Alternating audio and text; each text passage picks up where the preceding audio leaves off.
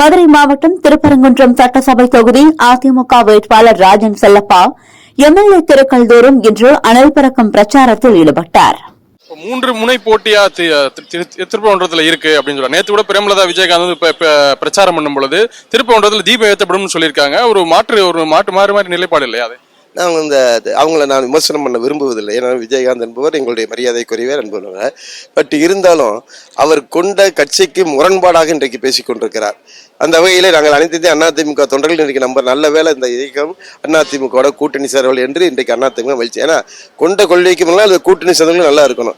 எதுவுமே இல்லாமல் ஒரு தன்னுக்கு மட்டும் ஒரு பெயர் வேணும். ஏன்னா அவங்க 2-3 முறையை நேரத்து ஒப்புதல் வாக்குமூலம் கொடுத்துட்டாங்க. பெண்களுக்கு பாதுகாப்பில்லை என்பதை ஒப்புதல் வாக்கு கொடுத்துட்டாங்க. நேற்று தீபம் ஏற்ற வேண்டும் என்று பிஜேபியுடைய இல்லை மக்களுடைய எண்ணங்கள் சில இருக்கு.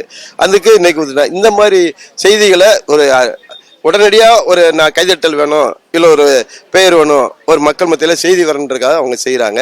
அது அவங்களுக்கான தீர்வு இல்லைன்னு நான் நினைக்கிறேன்.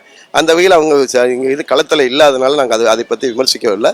அவங்க சொன்னதை பொறுத்த வரைக்கும் இன்றைக்கு அனைத்து இந்திய அதிமுக மதச்சார்பற்று ஆனால் நியாயமான தீர்ப்பை அமல்படுத்துவதில் நாங்கள் நிற்கிறோம். இப்போ எங்களோட கூட்டணி பிஜேபி இருக்காங்க, தமாக இருக்காங்க, ஆமாம் எல்லாம் எங்களோட வந்துகிட்டு இருக்காங்க.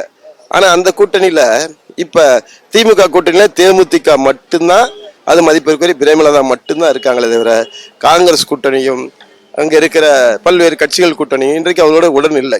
சொல்லப்போனால் கம்யூனிஸ்ட் கூட்டணியே ஒரு உரிமையான உறவு இல்லை காங்கிரஸுக்கும் கம்யூனிஸ்ட். ஏன்னா உதாரணத்துக்கு இங்கே இருக்க வேட்பாளரோட எந்த காங்கிரஸ்காரங்களும் வர்றதில்லை, எந்த கம்யூனிஸ்ட்காரங்களும் தலைவர் வர்றதில்லை.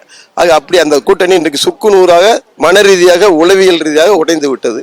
ஆக அதிமுக இன்றைக்கு கூட்டணி வலியோடு பொலிவோடு இருக்கிறது. ஆகிய வெற்றி இங்கே திருப்பரங்குன்றம் தொகுதி மட்டுமல்ல, தமிழகம் முழுவதும் மிகப்பெரிய வெற்றியினை அதிமுக கூட்டணி பெறும். அது மிகப்பெரிய வெற்றியை பெற்று அருமையான எடப்பாடி முதலமைச்சராக வருவார்.